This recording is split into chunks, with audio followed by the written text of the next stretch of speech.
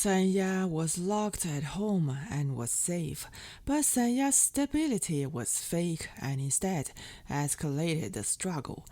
She has a philosophy and a weapon for her struggle. Sanya stopped eating and drinking and went on a hunger strike. This is the most useless way, but it is also a deadly killer. I just don't eat. You decide. You can't just watch me to starve to death. Kong Soo-jin didn't panic. Kong Soo-jin thought, okay girl, if you don't eat, I'll let you. It's not that I don't let you eat it. It's that you can get along with the kitchen lord. I'd like to see if it's you who is tough or whether the kitchen lord's wrist. If you want to act against the kitchen lord, you haven't counted yet. It's okay to be hungry. What did the ancients say? Feeling full and thinking about lust. When you are exhausted and hungry, you will not be able to if you want to be. Until then, it will not be too late for me to teach you, and sooner or later I will reduce your spirit. Not eating. If you don't eat, I'll eat for you. I don't believe that I'll be full to death. I just don't believe it. Sanya does not eat or drink, and Kong Soo-jin has no worries. Kong Soo-jin was worried about how to pull Sanya to the Buddha's path as quickly as possible. As long as Sanya saw the Buddha and believed in the Buddha, she would have incense in her heart, and slowly she would feel at ease, and everything would go smoothly. Kong Soo-jin can survive day by day until now, relying on the incense in her heart. Otherwise, after so many years of humiliation, she would have died dozens of times. Although the nation strictly prohibits belief in Buddhas, there are still Buddhas, and Buddhas must be believed. However, no matter how Kong Soo-jin secretly kowtowed, burned incense, and made a wish, Sanya didn't believe it, not absorbing a little oil or salt. It seems that the fate of this girl has not arrived yet, or she has no wisdom roots. This lasted until the afternoon of the third day when Sanya's movement came. It was fine. She smiled unprovoked, and she was very mysterious and sweet. Kong Soo-jin thought that the girl thought through and said, Girl, want to eat? Mom will make you a bowl of dough soup. Sanya put up her arms and wanted to get up, but she couldn't. Sanya looked at her fingers and said without topic, I should breastfeed. Kong Soo-jin was stunned for a moment and said, What did you say, girl? Sanya laughed and said softly, Be good. Kong Soo-jin's heart froze. She slumped in front of Sanya and leaned her head all the way to the tip of Sanya's nose. Kong Soo-jin said in a panic, Girl, look at me. Sanya raised her eyes slowly, but her pupils were not focused, so she looked at Kong Soo-jin, not relating anything, like smoke. Kong Soo-jin sucked in a breath of cold air, tightened Sanya's arm, and said repeatedly, Girl, you can't scare your mother. Sanya was smiling, too happy to be minded. Sanya is fascinated by a ghost. She must be fascinated by a ghost. This ghost is nothing but a fox spirit. Kong Soo-jin usually only believes in Buddhas, which are righteous thoughts. It stands to reason that she should not believe in these things. But now, whether to believe it or not is unimportant. The most urgent task is to catch the fox spirit at home and drive it away. Only then can Sanya be saved. In a hurry, she still thought of medical quack Zu. It's even harder. Kong Soo-jin and Quack Zu are at odds. In Kong Soo-jin's words, it's not a rhyme. To say Quack Zu is a ping-ping-pong-pong figure in one village. This woman doesn't know a single big character, but she has a lot of colorful knowledge. She knows everything about black, white, red, and yellow, and she can tell you what kind of truth. In particular, she's proficient in heaven, earth, ghosts, and gods. Talking in detail, these are all her kid skills. When Quackzoo was young, she followed her father and wandered into society. She has no land or half room, but she feeds her mouth with her own mouth. She is nothing. Her only identity is being in society.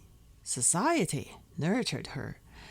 Quackzoo has cultivated an extraordinary talent that is rare for ordinary people since she was a child.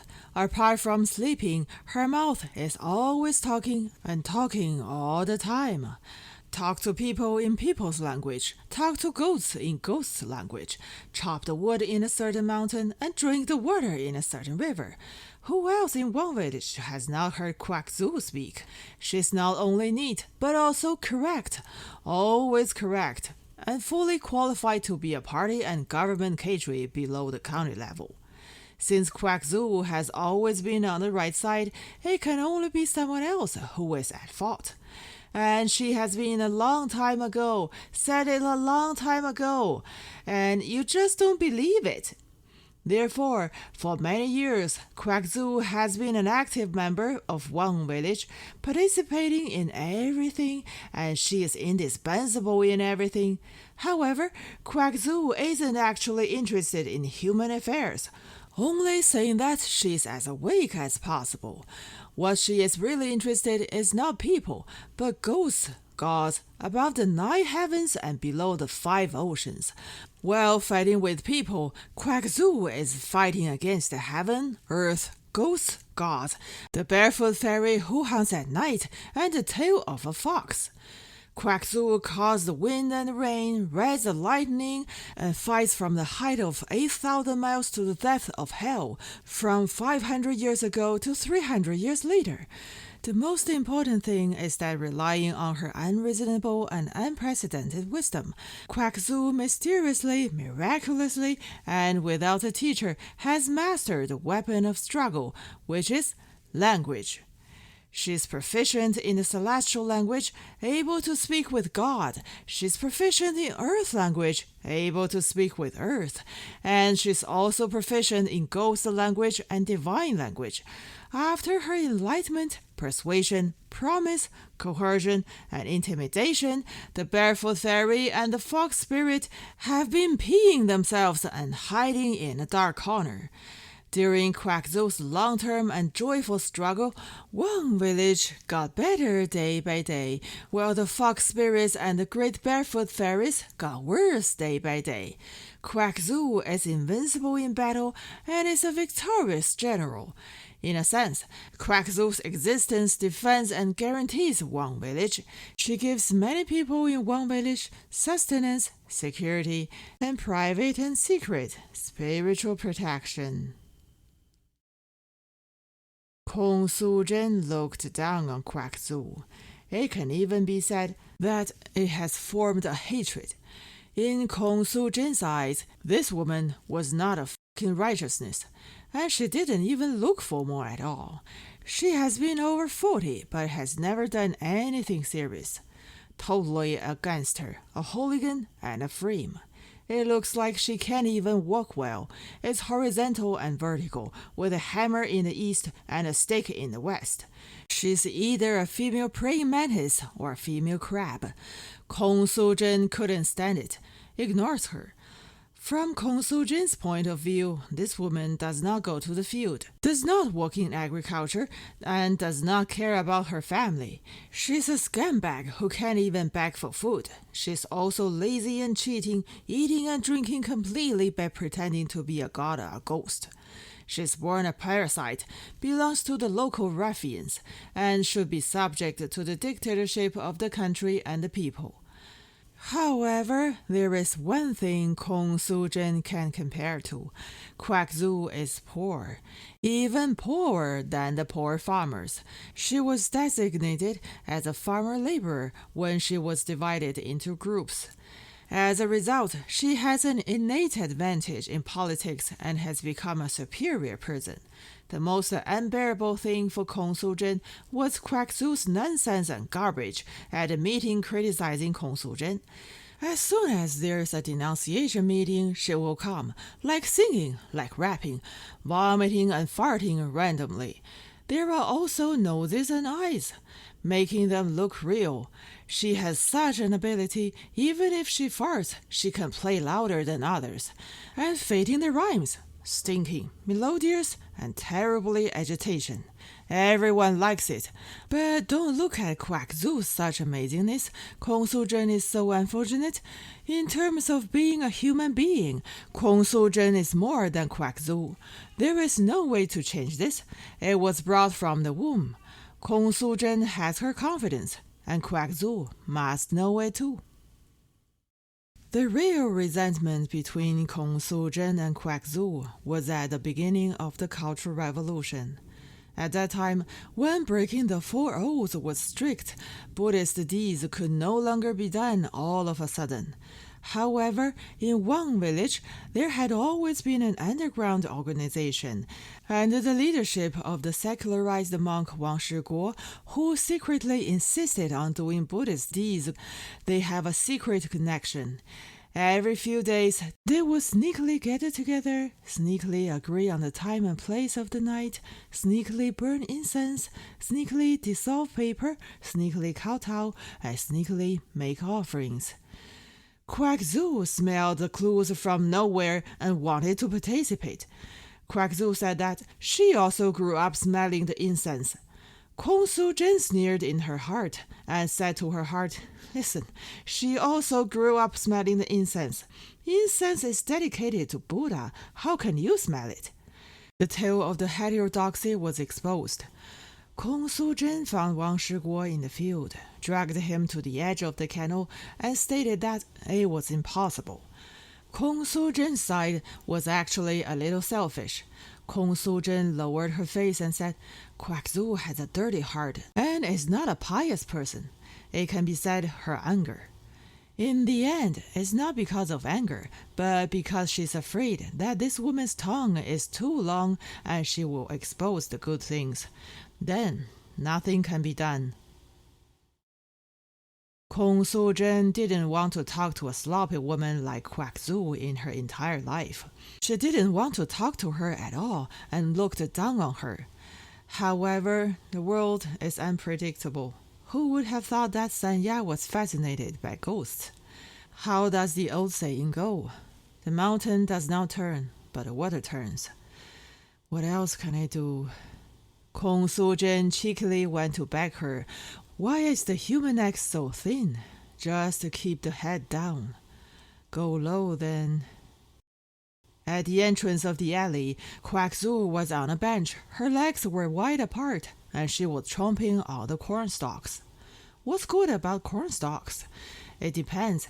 If the long stalks do not bear corn, the nutrients will go to the stalks, which are very sweet and taste not much worse than sugar cane. Quack Zu bit and chewed, spitting the scum all over the ground. Maybe it was stuck between her teeth. She was picking her teeth with her nails. Her nose was hanging, her eyes were tilted, and the wrinkles on her face were all to one side for a meeting. Kong Su-zhen looked at her, remembered Sanya, restrained all her arrogance, and spoke. Kong Su-zhen respectfully said, "Big sis." Quack Zu opened her mouth wide, looking left and right. Kong Su-zhen smiled and said, "I'm calling you." Quack Zu spit out a mouthful, jumped up from the bench very quickly, with a smile on her face, pulled out the bench under her butt, wiped it with her sleeve, and handed it to Kong Su-zhen's side. Kong Su-zhen said, "You sit down, sister." Kong Su-zhen used to be decent at all. When she falls down, her aura is not broken. Even when she's begging, she still keeps her balance. Kong Su-zhen said, "Big sister, I need your help with something." Quack Zu said, "As long as it can be done." Kong Su-zhen sighed, not knowing how to speak. Quack Zu said, "You're not feeling well?" Kong Su-jin said, "Nope." Quack Zu pondered Kong Su-jin for a long time, but did not understand. Kong Su-jin said, "I'm afraid the house is not clean and there are dirty things." Quack Zu rolled up her eyelids, blinked, and understood. What is dirty, others don't understand, but she understands as soon as she hears it. Quack Zu dropped half of the cornstalk, pointed out her finger, pointed to the entrance of the alley, and said, "Lead the way." As soon as Quack Zu walked into Kong Su-jin's courtyard, Kong Su-jin immediately closed and bolted the gate of the patio. Entering the east wing, Kong Su-jin said, "It's Sanya." Quack Zu walked up to Sanya and glanced at her. Kong Su-jin said, "She hasn't eaten for 2 or 3 days and talked nonsense." Quack Zu asked, "She couldn't eat or refused to eat?" Kong Su-jin said, "Refused to eat." Quack Zu asked, "Why?" Kong Su-jin said nothing. Quack Zu's expression was already very stern, almost an order, saying, "Surname Kong, you can't hide it from me. Say it." Kong Su-jin had to say it, and the matter was not complicated. Dunfang wanted to be with Sanya, but Kong Su-jin didn't agree, so the girl would not eat. That's all. Quack Zu listened. It was fine, but there was a big movement, but the waist rod slowly stiffened, straightened, and was up. The most terrible thing was her eyelids, which were all rolled up, and the eyeballs were terrifyingly white. She collapsed to the ground with a hula. All this happened too suddenly. There was no preparation, there was no transition at all, and the spectre was already attached to Quack Zu. Quack Zu rolled around in Sanya's east wing, looking so painful that she was about to die. In an instant, Kong Su-jin believed it. It wasn't because she was suspicious. The house was indeed unclean, and there was a real ghost. Fear suddenly hit Kong Su-jin's heart. Quack Zu lay on the ground, rolling, but at this moment, she's no longer Quack Zu. You can see her as the end of this world, and you can see her as the beginning of another world. She's the mysterious intersection of the 2 worlds of yin and yang, half belonging to the world, half to the underworld, half belong to man, half belong to God, half belong to ghost, and half belong to immortal. Complicated. But one thing is certain. Quack Zu started her desperate struggle. She whispered the slogan of the other world, a language similar to the mewing of cats and donkeys, gloomy and trembling. Not only did she bark, but she also used the fireworks, sesame, papyrus, barleys, hemp ropes, chopsticks, shoe saws, spits, toilet lids, and all sorts of bizarre gestures as weapons to unite them.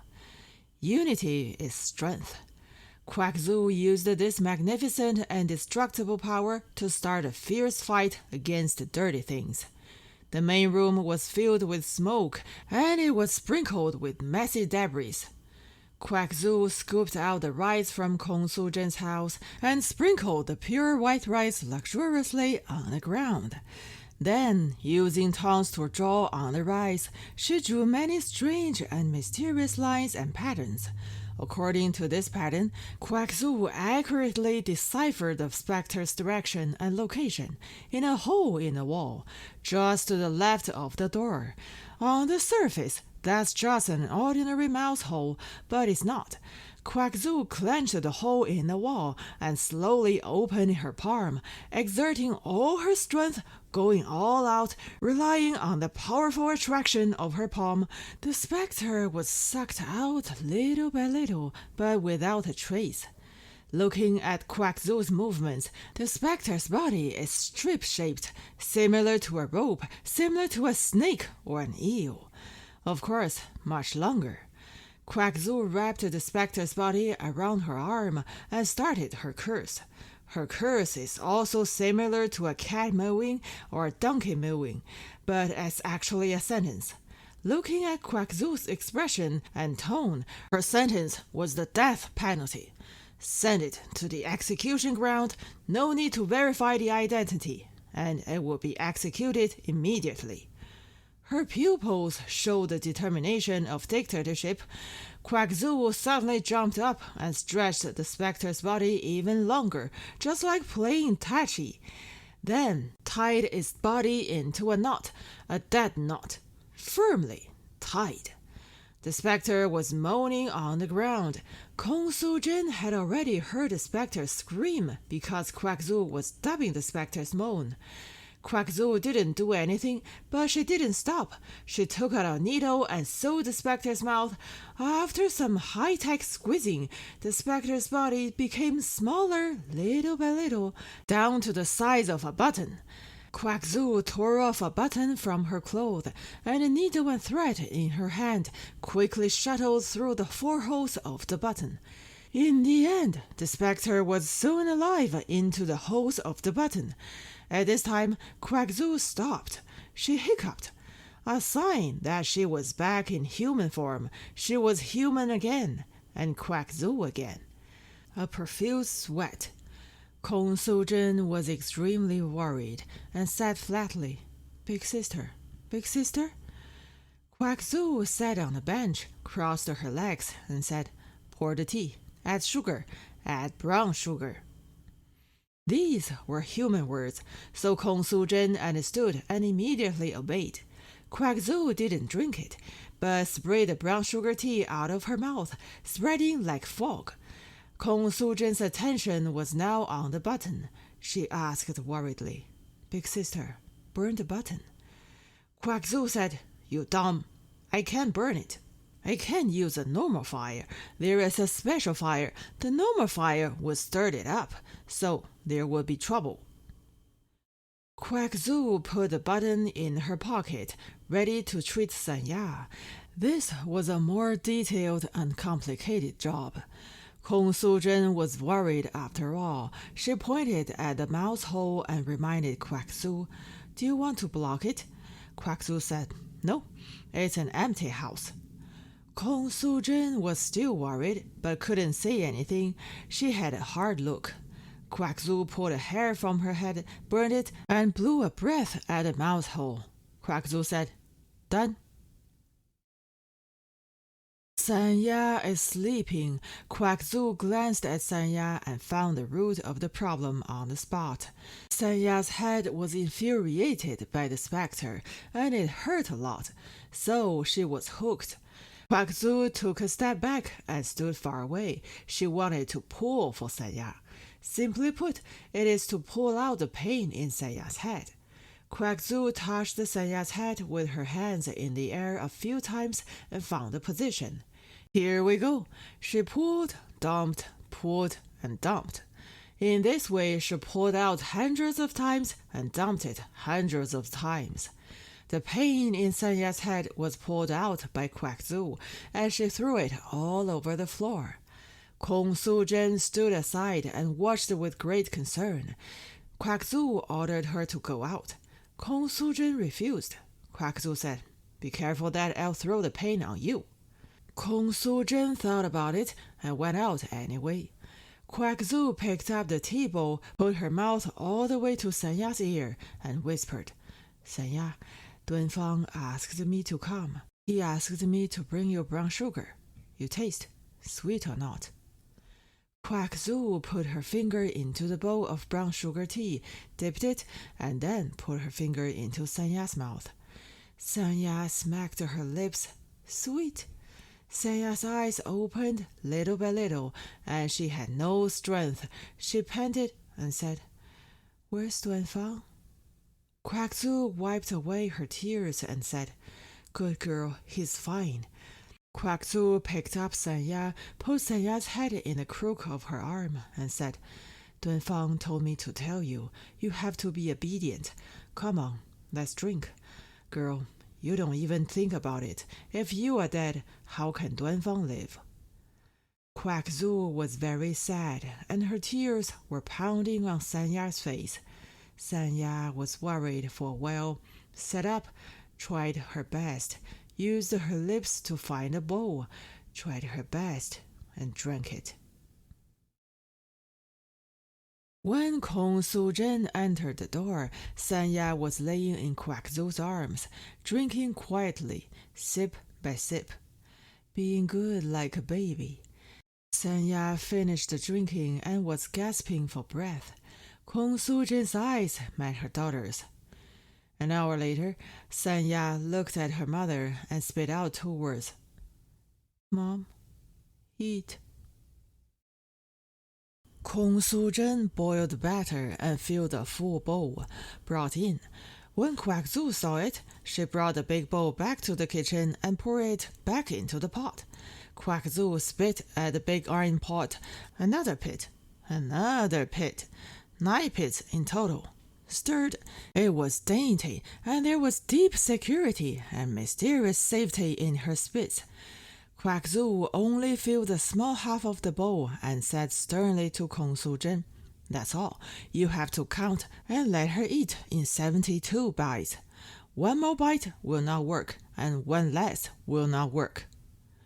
Kong Su-zhen felt warm in her heart, but put down the bowl. She went back into the room and took out a 1-yuan bill from under the bed, which was moldy. Kong Su-zhen stuffed the moldy 1-yuan bill into Quack Zu's hand. Quack Zu lowered her face and said, "Su-zhen, how come are you doing this?" Kong Su-zhen said, "Big sister, I can't thank you for your kindness and virtue." Quack Zu pushed it away and said, "Put it away." Kong Su-zhen was in a hurry and said quickly, "What are you doing?" Quack Zu said lightly, "Generalization is serving the people. So how can I take your money?" Quack Zu seized Sanya's life from the specter's hands. Sanya is so young that she recovers in a few days. However, it wasn't just her strength that recovered. She was also full of worries. Sanya was willing to eat, but she had such a kind of mind in her bones. She eats not for herself, but for Dunfang after all. Quack Zu was right. If you die, how will Dunfang live? For Dunfang, Sanya can do anything, not to mention a few bowls of rice. However, several days passed, and Sanya got no news from Dunfang anymore. Dunfang didn't ask Quack Zu to bring words over, which made her feel melancholy. And the more she thought about it, the more uneasy she became. Sanya started deadly restless again. Sanya finally couldn't help it. And when Quack Zu came to visit, she pulled Quack Zu aside and whispered, "Aunt Zu, where's Dunfang? How is he? Why didn't he bring a word here?" Quack Zu said nothing, but ordered Kong Su-zhen to go out. When Kong Su-zhen was gone, Quack Zu found 2 things from Sanya's house, a kitchen knife and an awl. Bang! She slapped them in front of Sanya. Sanya said, "Aunt Zu, what are you doing?" Quack Zu said loudly, "Don't you want to die?" Quack Zu's big temper can be said coming from nowhere without any sign. Sanya said, "Aunt Zu, what are you doing?" Quack Zu said, "Damn girl, are you serious? You die, I'll help you. To kill you by slapping or stabbing. It's better than dying from starvation anyway. I can tell you that when you die, this world lacks nothing. The sky is still high, the earth is still low, and everything is fine. If you die, just smear it on your neck. If I stop you, I was born by you." Sanya sat on the bed frame, staring at Quack Zu. Slowly, she seemed to be sad to move. Sanya's eyes dimmed little by little, but her chest became active, agitated, and quickly came up and quickly fell down. Matching it was Sanya's breath, which was very thick and spread straight out. Sanya put her hand on the box. Quack Zu thought that Sanya was about to use a knife, but Sanya didn't, and stood up. Sanya walked out of the room alone, but went to the kitchen, uncovered the pot, picked up the spatula, held the pot, scooped up the potato rice in the pot, and covered her mouth all over with it. Sanya tried her best to stuff it into her mouth, choked, and even tears were overflowing. Sanya turned her head to look at Quack Zoo and suddenly smiled. The orange-yellow potato stuck to Sanya's mouth and her face. She looked like a dog eating shit. Sanya said vaguely, "I will not die. I want to eat. I will not die." "Girl, let me tell you," Quack Zoo said, leaning against the doorframe of the kitchen. "I'm not going to die. I just want to eat. I'm not going to die." Quack Zoo said with clapping like rapping. "If the sky plays around, you can still live. But if you do, you can't. One would rather suffer in the world than buried in the soil. A good man does not fight with a woman, and a good woman does not fight with food. Rich and noble cannot be promiscuous, and mighty cannot yield. People walk on the shore, and boats swim in the river. If one is willing to be cut, there's to pull the emperor off his horse. Moving forward causes a mountain to quake, and stepping back causes ease. Greedy men have a lifetime of poverty, and greedy women have loose trousers. Being a monk for a day hits the clock for a day. There must be a way in front of the mountain for a car, and there must be a shore in front of the bridge for a ship. 10,000 years is too long. Just fight for the day and night. I don't want to die. I'm mad at you. Girl, let me tell you, it is better to live than die, and it is better to cause trouble than to die. And I'm not gonna die but eat. I'm going to eat, but I won't die." Sanya was locked at home, not knowing what happened to Wang village. In fact, a major event is approaching Wang village. There will be an earthquake. With the upcoming of the earthquake, Blind Wang suddenly becomes the man of the Wang village. The people in the village suddenly remember, "Isn't it? There is a blind man in Wang village, an old bachelor, and a 5 guarantee household." It would be interesting to talk about Blind Wang in detail. The man is so specific that even a child can describe him accurately and vividly.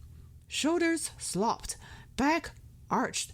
Eyes are like 2 holes in the face, deeply sunken at the sides of the bridge of his nose. And the eyebrows are very far away and very high, and they raise and raise again if there is anything. However, at the same time, this person is so vague and almost nothing. If you ask what his name is, no one knows. It seems that he was born with the name Blind Wang. If you go further and ask how old he is, this will be even more difficult. Well, anyway, he's in his early 50s. He's not even in his 80s. He's a handful of years old. Blind Wang in Wang village belongs to such a person. Yes, it seems that he isn't. No, in fact, he is. If he dies one day, you will say, "Dead?"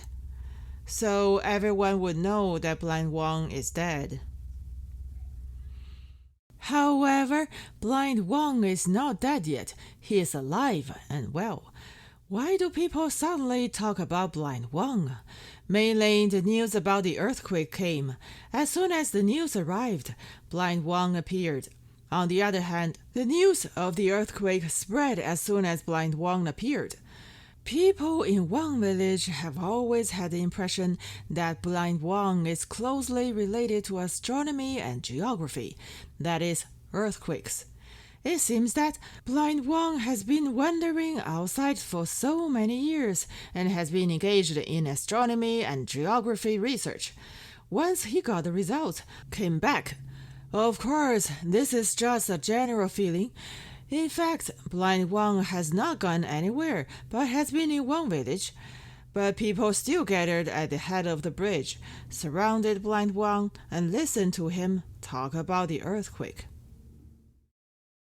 Regarding earthquakes, Blind Wang has a complete and systematic theory, which can be divided into several logic academic chapters such as geology, geomorphology, surface, and movement. To put it simply, Blind Wang believed that the earth was first invented by the Chinese, and it was not large, and then it gradually expanded to the outside world. Because it grows longer and wider, many countries grow, that are foreign countries.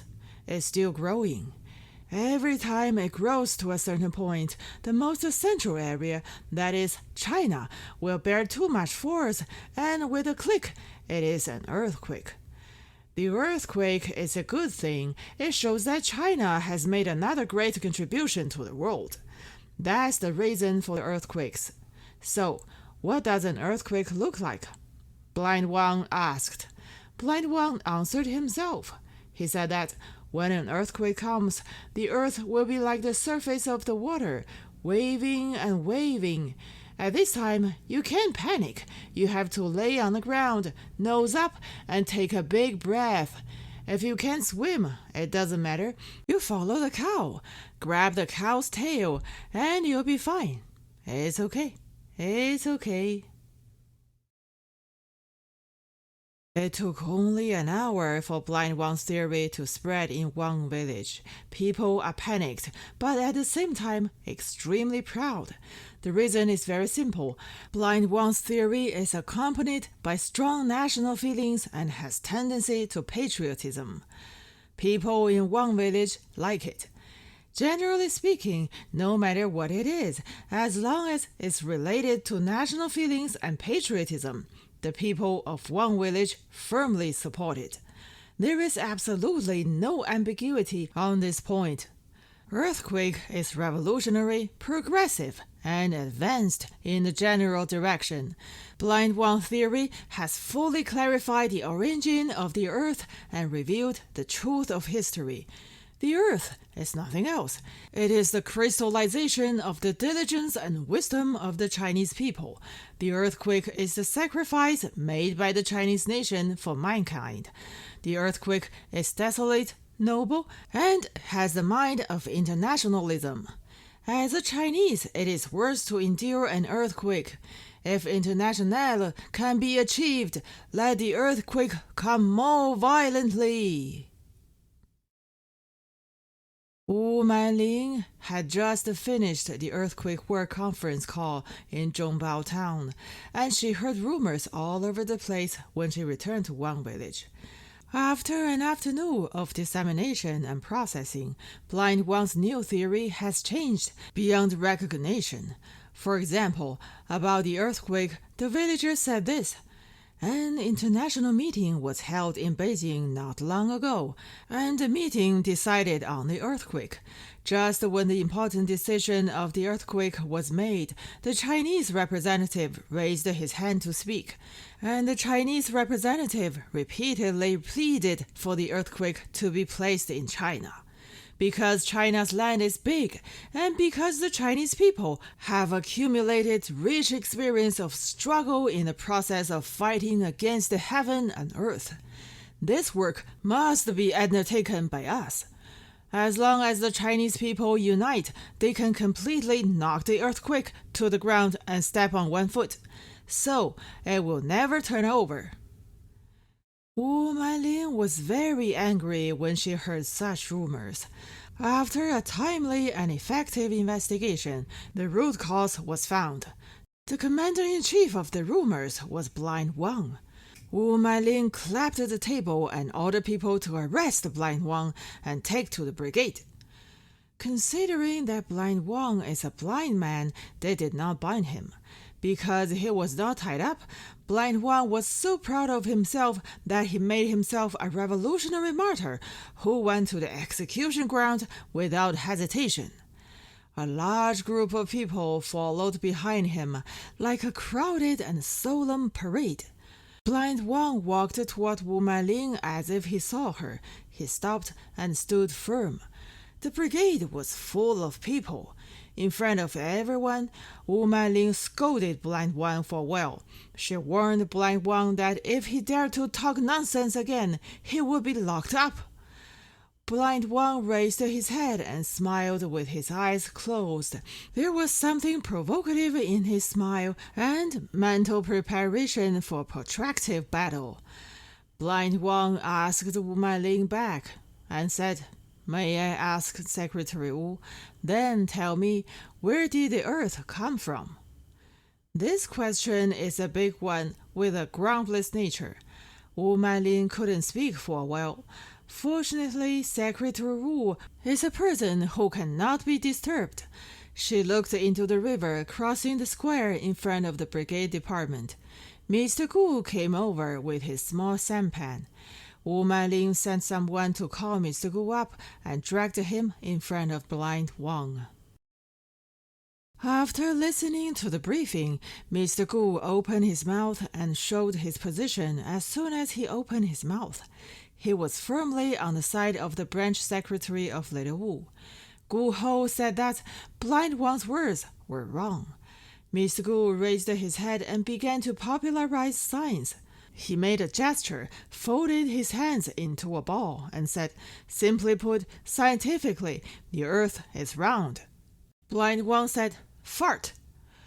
Mr. Gu's face flushed and he said, "Don't scold people." Blind Wang said, "I didn't curse. You just farted." Mr. Gu said, "This is science and you don't understand it." Blind Wang turned his face. He wanted to win over the mass. He asked the group, "He said the earth is round. Who saw it?" There was a commotion in the crowd. Gu Hou was waiting. He wanted to wait for everyone to quiet down. Gu Hou said, "You don't know. This is invisible. No one can see it." Blind Wang said lightly, "Can't see. Why do you say it? Seeing is believing. If you don't see it, you're farting." Mr. Gu's self-esteem has been hurt, which is a bit unreasonable. He glanced at Secretary Wu. How can Mr. Gu not understand that his theoretical level is now low? How can he be passive when confronted with the poor, low, and middle farmers? Mr. Gu was very angry with himself, and at the same time he was angry with Blind Wang. His voice became louder. "The earth is round! You said the earth is not round. Did you see it?" Secretary Wu put her hands behind her back and smiled. "That's right. This is called taking the way of others and repaying the way of others." However, Mr. Gu's words are a bit unkind. For a blind man, it is always unkind to say this. It looks like the nerd is out of his mind. Blind Wang was silent and slowly raised his chin. Because his eyes were closed, his chin was extraordinarily arrogant and extraordinarily powerful, reflecting his absolute courage and determination to defend the truth. And he would never give up. Blind Wang said calmly, "I saw it." Mr. Gu didn't expect Blind Wang to say such a thing. Isn't this a hooligan? Isn't this a troublemaker? Isn't this a prank?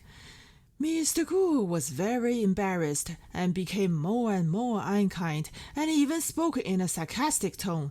Mr. Gu also wanted to win over the masses and said to Blind Wang, "If you see it, then tell everyone, am I fat or skinny? You say."